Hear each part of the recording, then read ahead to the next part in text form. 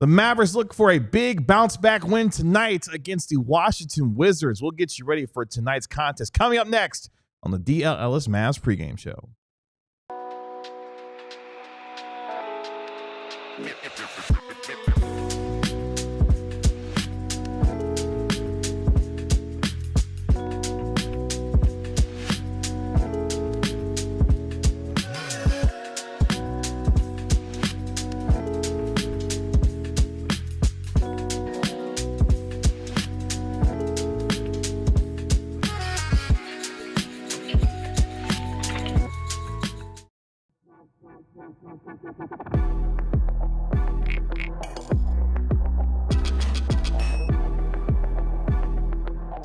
Welcome to the DLLS Mavs pregame show powered by Michelob Ultra. Cheer on your team with Michelob Ultra at 2.6 carbs and 95 calories. It's a superior smooth taste worth playing for. Michelob Ultra, official beer sponsor of the NBA. Kevin Gray alongside our Mavs analyst Bobby Carrillo. We are DLLS Mavs, your favorite guys covering your favorite team, especially when it's game 2 regular season for your Dallas Mavericks. They host the Washington Wizards tonight at the AAC, looking for a bounce-back win after a disappointing start on Wednesday against the San Antonio Spurs. We'll let you know who's in, who's out. We'll go behind enemy lines with Washington Wizards guard CJ McCollum and let you know what the X factors will be for tonight's game. Plus, our DLLS Mavs beat writer Ron Harrod Jr. going to be joining us in about 13 minutes live from the AAC to get us caught up on what Jason Kidd had to say from his pregame availability. But Bobby Carrillo, welcome to this fun Friday, as my daughter dubbed it, on the way to school this morning. How are we?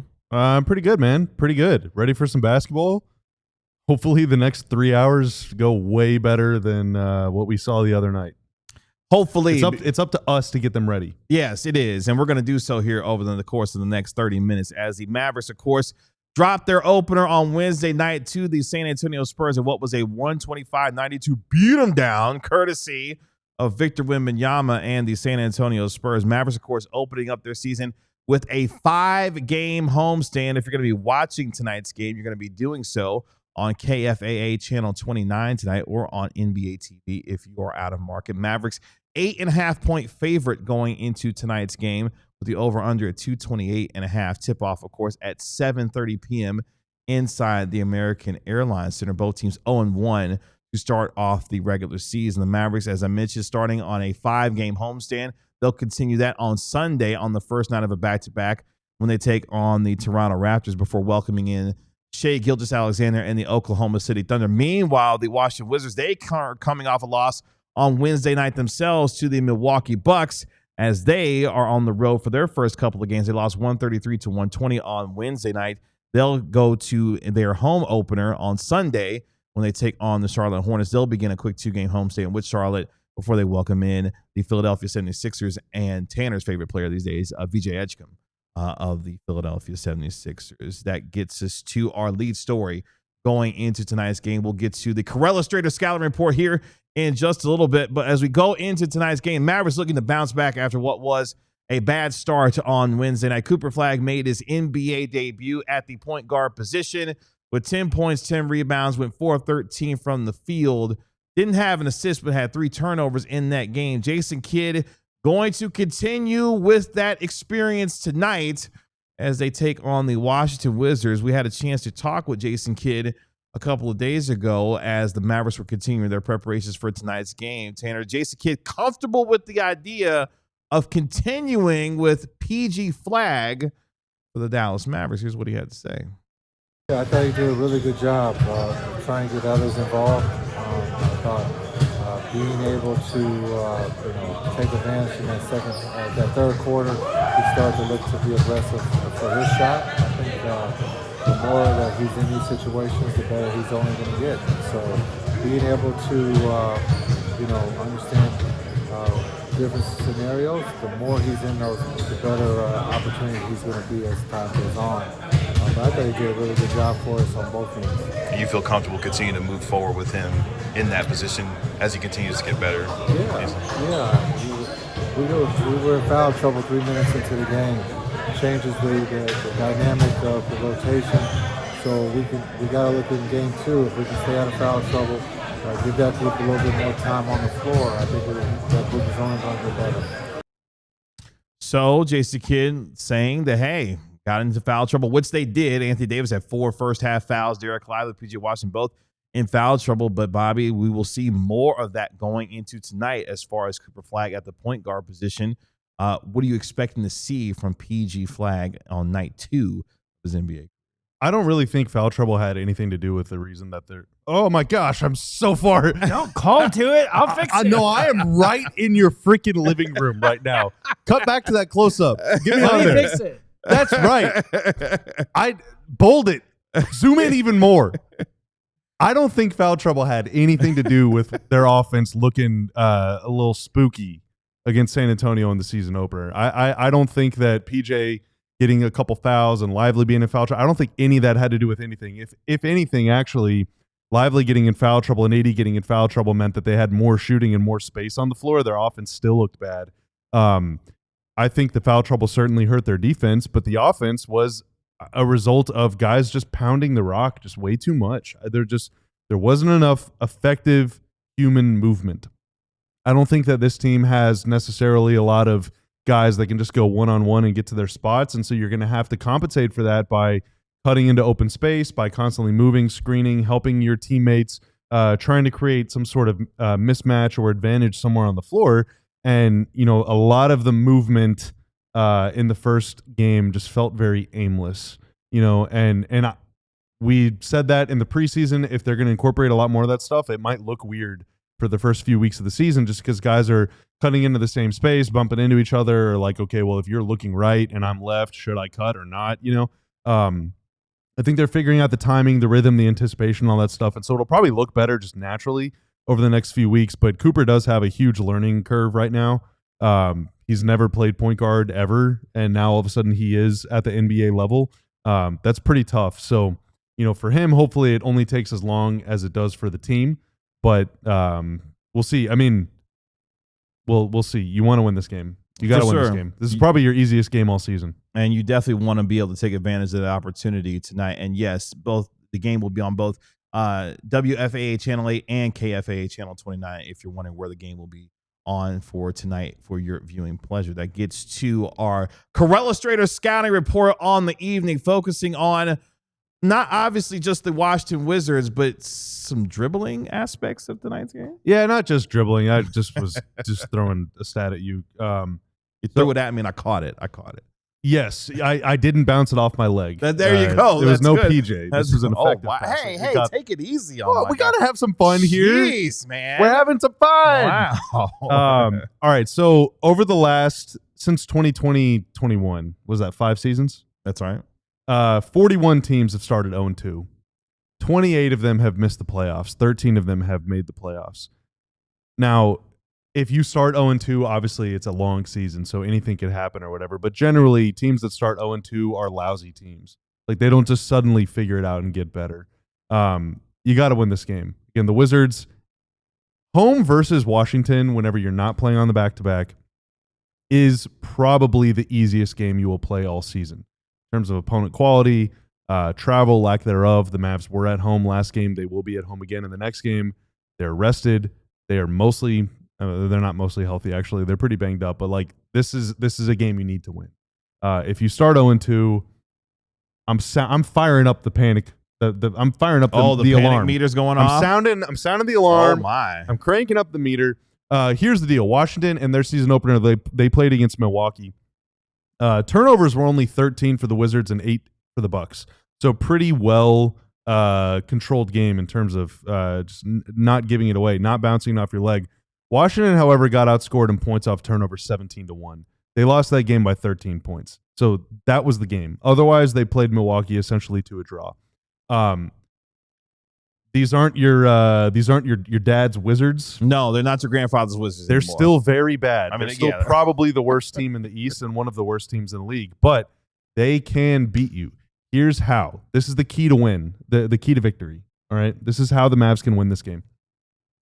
So against the Spurs shot 21 for 30, 70%, when they took at least 3 dribbles against the Mavs.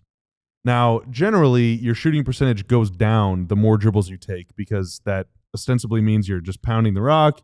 You can't get to where you want to go. If I'm dribbling, usually that means I'm not going full speed toward the rim, or I am going full speed toward the rim and the Mavs can rotate over and help or whatever. But the Mavs just got worked, in isolation against mostly Wemby, but also a little bit of Castle, a little bit of Vassell.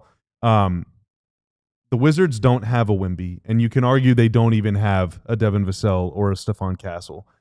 They do have CJ McCollum and Chris Middleton, who throughout their career have been pretty good isolation players, but those guys don't have the speed or explosiveness that the Spurs' backcourt do, and they also don't have the finishing ability of a Wemby. And so we have maintained that this Mavs defense, when organized, when in position, can stop most teams, and they should be able to pulverize bad teams. If those guys on Washington start pounding the rock, the Mavs need to force misses, force lousy shots, get them to throw up some garbage. Do not let them shoot 70% in those instances. Now, the one potential challenge here, the Wizards' starting lineup doesn't have a whole lot of shooting, but their bench does. Corey Kispert, very good shooter. Trey Johnson, dead-eye shooter, probably the best shooter in the draft this past spring. Cam Whitmore is not shy. He's not shy to let it fly. Maybe not a three-point shooter, but he can definitely get shots up and he'll attack closeouts and he'll punish you if you're sloppy. And so against the backups, the Mavs have to be sharp. All right, if the ball starts sticking, you want to maybe rotate over and help out a little bit, but you still got to be able to get home and contest these in the three-point line. Washington did get pretty hot against the Bucks. They shot 40% from three. I do not want them to shoot that well again against the Mavs. So that is the thing. If you're going to get beat one-on-one, at least steer them into help. Ideally, you're not getting beat one-on-one because the Wizards just don't have a lot of foot speed. They don't have a lot of explosiveness outside of Cam Whitmore. So the Mavs defense should look much more organized and much more effective tonight. And then the offense should take care of itself. And you got to move the ball to be able to be effective, especially with this particular offense. Let's go behind enemy lines here on the DLLS Mavs pregame show, as I had a chance to spend a couple minutes with guard CJ McCollum entering his 13th year playing with the Washington Wizards. Got a chance to ask him about what he thinks of the Mavericks going into this year, Cooper Flagg, and also Najee Marshall, his former teammate. Let's go behind enemy lines with Wizards guard CJ McCollum. You're a veteran. CJ McCollum out of Lehigh, of course, as a Mavericks take on the Wizards tonight. CJ, appreciate the time. For you, I got a message to pass on for you first. Okay. So your former teammate, Najee Marshall, of course, with the Dallas Mavericks. So the name, the knife, of course, nickname for him, did that start in New Orleans? Yeah, I think it started in New Orleans. I don't know if it was Willie or staff who kind of appointed him or anointed him that, but I think he's just a Swiss Army knife, like a guy that can do a lot of different stuff. Does the dirty work, right? He'll defend, he'll make the extra pass, he'll pick up full court. Reliable jump shot, right? But he's really worked on his creativity and playmaking, and I'm really just proud of the growth that he's displayed, not only on the court but also off the court. He wanted to let you know that you can't hold him though. He always says that. He always says that. Yeah, he always says that. For you, when you look at this Mavericks team, what stands out about them? A big team that likes to play big lineups. What stands out about them? Size, versatility, skill set, obviously. The addition of Cooper helps them. Kyrie will be back at some point, but they got a lot of guys who can make decisions, a lot of guys who can shoot, a lot of guys who can rebound and cause, matchup problems, if you will. Speaking of guys that can make decisions, Cooper Flagg playing at the point guard position, you know a little something about that. What have you noticed about his game, and what stands out to you about Cooper Flagg's game? Great pace, mature, obviously, beyond his years. More reliable handle than he probably gets credit for. Nice mid-range shot. Three-pointer has definitely improved since college, and I think he's just going to continue to get more comfortable. Honestly, the sky's the limit for him. He's got real hoop game. So appreciate CJ McCollum and his time today as he and the Washington Wizards, him and Chris Middleton. Of course, Middleton, his 14th season as well, scored 23 points in their opener against the Milwaukee Bucks. McCollum in his 13th year will be leading the veteran charge, if you will, for the Washington Wizards. Bobby, that dude has had some big games against the Mavs over the years, too. McCollum. Oh, yes, for Even sure. in recent years, his numbers have tailed off, but he has still had some huge games against Dallas. Yeah, McCollum's had a really good career and has made a lot of money throughout the course of his career, too, as he's playing with Washington now. This is the first of two matchups between the Mavericks and the Wizards this season. The next time they'll see each other will be on November 8th in our nation's capital. So the Mavericks last year swept the season series 2-0. scored at least 130 points in each of those 2 games. The Mavericks look to hopefully do a lot of that of tonight as well. Coming up here in just a moment, we will go out live to the American Airlines Center and welcome in our DLLS Mavs beat writer, Ron Harrod Jr. Get caught up on what Jason Kidd had to say pregame. But before we get there, let's help you win some money when it comes to prize picks. Here's my prize picks of the night. I guess it's really one pick, but I'm picking 5 things. Alex Sarr, more than 5.5 rebounds. He actually had double-figure rebounds in their season opener, but I think, okay, the Mavs have a little more size than the Bucks, but I'm still taking that. CJ McCollum, now that he's got the Kevin Gray bump, more than 11.5 points. I also think Coop is going to bounce back. Coop more than 12.5 points and more than 4.5 rebounds. And then Najee Marshall, again, the Kevin Gray bump. You get mentioned by Kevin Gray in the pregame show, you were going to have a good game. Najee was not very good. It wasn't great in game 1. Yeah, so I'm taking Najee for more than 8.5 points. Let's go. Come on. Before we welcome in our guy, Ron Harrod Jr. from the AAC, congratulations to Let's Go Fishing, who says, well, boys, I just want to say this game tonight is coming second. I'm currently in the hospital with my fiance, and we're expecting our first child. Let's go. Congratulations. And hope everything is well with mom and first child coming. All right, the vibes, like, the Mavs have to win tonight. Yeah, you got to do it for Joe. You got to do it for Joe, for mom, and for, the first child. They're going to go fishing for a W. Oh, let's go. Okay, well, there you go. Well, again, congrats, Joe. Hope all as well. Let's go out to the American Airlines Center and welcome in our DLLS Mavs beat writer. He knows sports. His name is Ron Harrod Jr. Ron, what's going on? How you guys doing? Well, doing well as we get ready for Mavericks Wizards tonight. Tip off, of course, at 7:30 at the AAC, give or take 15 minutes, Tanner. Of course, when it comes to an NBA game. Ron, what did Jason Kidd have to say during his pregame availability tonight? Yeah, so one thing that I was interested in was just what is the role for D'Angelo Russell? So I asked Coach Kidd that. He seemed to just kind of talk about like his role will change based on what the matchup is. And to me, in a matchup against a Washington Wizards team that kind of plays a small ball 5, and truthfully, even off the bench, Marvin Bagley is their backup 5.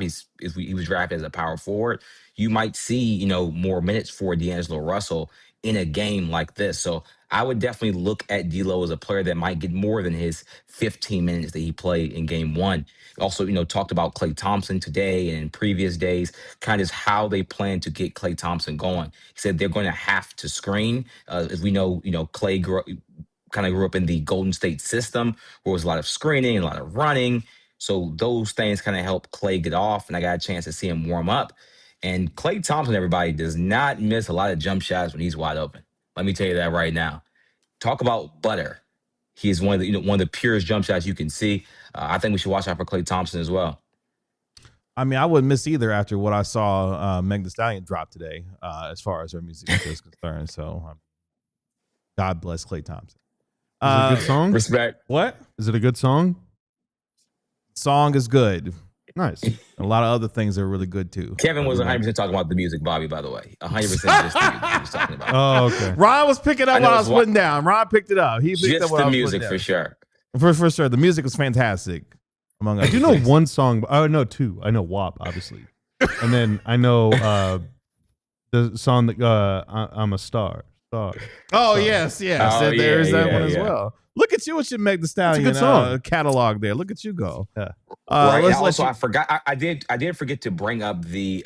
So I can't think who asked the question, but someone asked about the ongoing, NBA gambling scandal. I know we talked about that on our one of our previous shows. Essentially, just to summarize it, Kid gave a pretty lengthy response. He kind of like repeated like the sentiment that like the NBA is a beautiful game, and he doesn't want this to overshadow some of the great performances in the league. He brought up the Wemby performance, sadly against the Mavericks, but he also brought up SGA's 55 points last night, which, he essentially doesn't want this gambling scandal to kind of overshadow all the elite players that are still playing this game. So I thought Coach Kidd had a, interesting response kind of on that scandal. He didn't, again, respond specifically on any player, any coach. Again, it's an ongoing case. But I thought his sentiment on, let's appreciate the guys that are, putting in the work every day was a pretty cool one. Yeah, I don't know what was in the water last night because Steph went off for 42. SGA had 55 in a double overtime performance. Aaron Gordon went for 50, going 10 of 11 from 3 last night. And the Nuggets still found a way to lose that game. Like, it was unbelievable, some of the performances that we've seen through the first few days of the NBA's regular season. Coop's going for double digits tonight. He's going to go for double digits again? Yep. Go. That's going to be the Mavs special performance. There we go. Let's get it. Let's let you know who's in and who's out tonight for both Washington and for Dallas. We start with the visitors. In the Wizards, Bilal Coulibaly, he is out tonight as he continues to recover from right hand surgery. He is the only one unavailable tonight for the Washington Wizards. Meanwhile, for your Dallas Mavericks, Daniel Gafford misses his second straight game to open up the season with that right ankle sprain, so he will not be available tonight. Of course, Kyrie Irving, Dante Exum continue to remain out. Kyrie Irving recovering from that left ACL surgery, and Dante Exum continues to manage his right knee injury that he has. That gets us to our Mavericks player spotlight on this Friday night here, and we focus in on the guard position. No, I'm not talking about Cooper Flagg. I'm talking about the undrafted rookie teammate of his, Ryan Nembhard, who made his NBA debut on Wednesday as well. 16 minutes, going for 8 points and leading the Mavericks in assists with 5. Of course, he was the leading assist man last year in the NCAA in his final year at Gonzaga, and now has an opportunity to continue his young career. We had a chance to meet with Ryan Nembhard after shoot around today. Here's what he had to say about the type of passer that he is and what he is looking to continue to build upon Mavericks going forward. Here, take a listen. I thought it was good. I think the preseason, kind of get the jitters out there. You get those first 4 in, and going into this one, I felt pretty comfortable. So it was just fun to get out there. A lot has been made about the way you pass, the way you distribute the ball. I guess how do you see that as an asset on the team where there's a limited guards that specialize in what you do? Yeah, I think it's just good for these out there. We got so many talented guys that can score the ball. You just got to get them the ball in the right place, the right time, on target passes, and they'll do the rest. So just for a guy like me, I got a lot of options, a lot of guys I can get the ball to. Ron, maybe we see the idea of D'Angelo Russell and Ryan Nembhard like we did together in game 1. What could we potentially see with that combination again? Yeah, I'm interested kind of in the duo. I think it provides a lot of passing, probably the most passing the Mavs are going to kind of be able to get on the court at once with D'Lo and Nembhard. I asked kind of Nembhard kind of about that. He thought it was a good, combo. I think they're different styles of players. While D'Angelo Russell is a good passer, he has more, I guess, scoring burst. So he can be a combo guard, shooting guard. So I think him and Nembhard can play together. I would not be surprised if we saw that lineup again. Bobby, Ryan Nembhard was the first guard off the bench for the Dallas Mavericks on Wednesday night. If you had Ryan Nembhard scoring his first points before Cooper Flagg and Dylan Harper, well, congratulations to you because you were a winner on Wednesday night. But at the same time, clearly earning some of the trust to be the first guard off the bench for Jason Kidd and this Mavericks team, as we saw on Wednesday. Yeah, rightfully so. He had a good game. He's a good passer, a good playmaker. Okay enough shooter. I don't think that in that backcourt, unless Brandon Williams gets hot, I think that they're all going to be like that mid-30s range from 3. And so the tiebreaker really for all of those guys, I think, is can you set the other guys up? Like Brandon Williams can definitely get his shot off. D'Lo can orchestrate things, but I think Nembhard might be the one that can make the most complicated reads. The offense moved pretty well when both of them were in the game together, though, whenever it was D'Lo and Nembhard against backups. And so, maybe that's your second unit for a while. But obviously, you don't want to spam it too much because it's only got 49 more games. That's right. Of course, on a 2-way deal with the Dallas Mavericks in his rookie year, but made a solid debut against the San Antonio Spurs on Wednesday. That gets us to our X Factors for tonight as the Mavericks take on the Wizards again. Tip-off at 7:30 at the American Airlines Center. You can watch the game on WFAA Channel 8 or KFAA Channel 29 if you're not going to be in the building tonight. Ron, we'll start with you on this one because the Mavericks really, in a lot of ways, got ran out of the building on Wednesday in the fast break department. In fact, they were outscored 31-8 in the fast break department on Wednesday. What can they do to rectify that to ensure that Washington isn't punishing them in that particular department? Derek Lively the second. Derek Lively the second. Derek Lively the second. We need a big game from Lively. I think this is a great matchup for him. Alex Sarr is a stretch five that didn't take a three in his first game, but in his rookie season made over 100 3-point shots. So I think Lively's role with rebounding, guarding the rim should be a little bit easier in a game against Washington. So I'm looking for Lively's defense to kind of help the Mavs offense get out in transition, and that should help Anthony Davis. That should help Cooper Flagg. I think that should kind of help spring a lot of the Mavericks players. So I look for Derek Lively to have a big game. I saw him warming up, working on some hook shots. He looked pretty confident out there to me. Staying out of foul trouble is going to be big. That is something that did not happen on Wednesday. If the Mavericks want to utilize the size that they have and are capable of utilizing, Derek Lively is going to have to remain on the floor along with Anthony Davis, especially with Daniel Gafford not being available tonight as well. Bobby, I'll go to you on this one. Let's go to X Factor number 2. Not a lot of three-point volume between the Spurs or the Mavericks in game 1 of the season. Wizards, though, went 17 of 42 in their first game against the Milwaukee Bucks, shooting a little over 40% from downtown. How do the Mavericks ensure that they are running the Wizards off the three-point line, ensuring they're then able to get going from distance tonight? I mean, it's not really about running them off the line. It's about limiting dribble penetrations so that you don't have to help. You know, you have to stay in front of your man. That's what I was talking about earlier. If Chris Middleton is sizing you up, just stay in front. Force him to take a 19-footer. CJ McCollum, force him to take a 21-footer. Like, those guys, no disrespect, they're just not. They don't have the first step that Castle does or a lot of these other guards do. And so you're bigger than them, you're taller than them, and you're also quicker and faster than them. Stay in front of them. Make them take some junk. You know, the way that you get beat by the three ball in the NBA is not by just like picking daffodils and, you know, looking at shiny stuff. It's by having to slide off to go help because your teammate got beat 30 feet away from you. And so if they can just have discipline on the ball and stay in front of these guys, then that won't be an issue at all. Are you looking forward to seeing another Champagning tonight?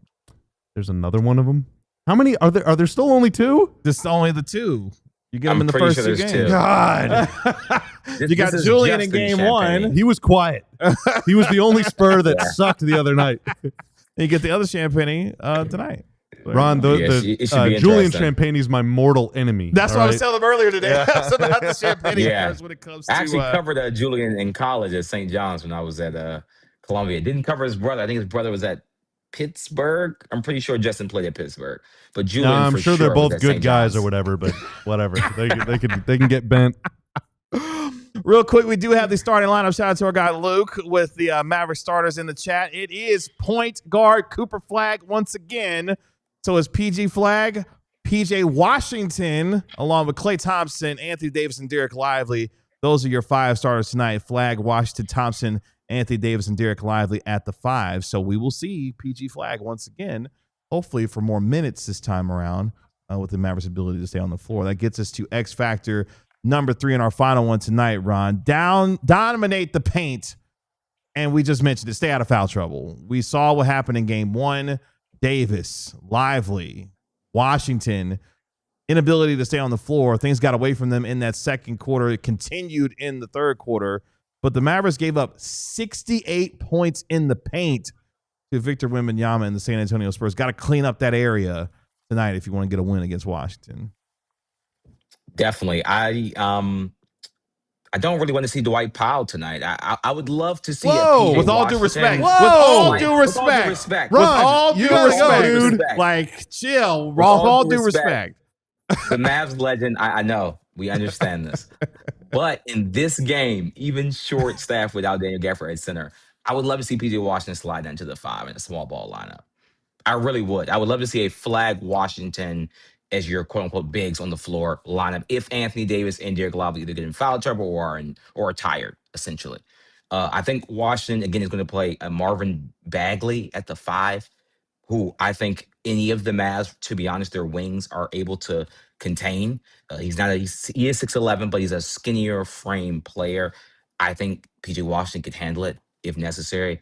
And I think that could really unlock the Mavs offense. So as much as we all love Dwight Powell in the city of Dallas and surrounding cities, I would love to see PJ Washington at the 5 in some of those small ball lineups.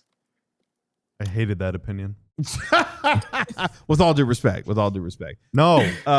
Yes. Disrespect. No, we're not going to disrespect our great beat writer. With no due respect. Wow. I mean, geez. we should want to see Dwight Powell because, like, that means the Wizards are getting their ass kicked. Yeah, exactly. That's a great point, Tanner. That's a great point. This is true. I need 15 second half when minutes the from Mavs are Dwight. up 20, then we're good. Okay, exactly. Got it. 30, I'd prefer, but 20 is a good start. 20 is a good start. Maybe 30. Just win the damn game. There you go. Just That's win the most game. important. He knows sports, and you can find him on X at Ron Knows Sports. He's our DLLS Mavs beat writer. He'll be joining us post game right here on the DLLS Mavs post game show. Ron, appreciate the time. Time to eat food. Go get something to eat. Go get something to eat. Have a good All game. right, I'll see y'all later. There he goes. Appreciate his time at the AAC. That'll do it for us here on the DLLS Mavs pregame show. I think if the Mavs lose tonight, I might just read off Lover Girl lyrics. Oh, wow. On the post game. You gonna show. read up on that? The Meg Thee Stallion. New I'm song reading today? right now. Can we It is- show the music video? It is on No, the post-game probably show? not. Nope. This No? is a PG. I haven't watched it yet. It's I a don't PG know. show. graphic song. I feel like this is the scouting report that we need. I All right. bet it is. I bet it is. Appreciate our guy Tanner making us look good and sound good as always. Thank you, sir. That's our DLLS Mavs analyst Bobby Curl. I'm your host Kevin Gray. We are DLLS Mavs. We'll talk to you 15 minutes post game. Our national NBA insider Mark Stein will join us live from the AAC as well. Y'all be good. We'll talk to you later. Peace. We all silly like the mayor.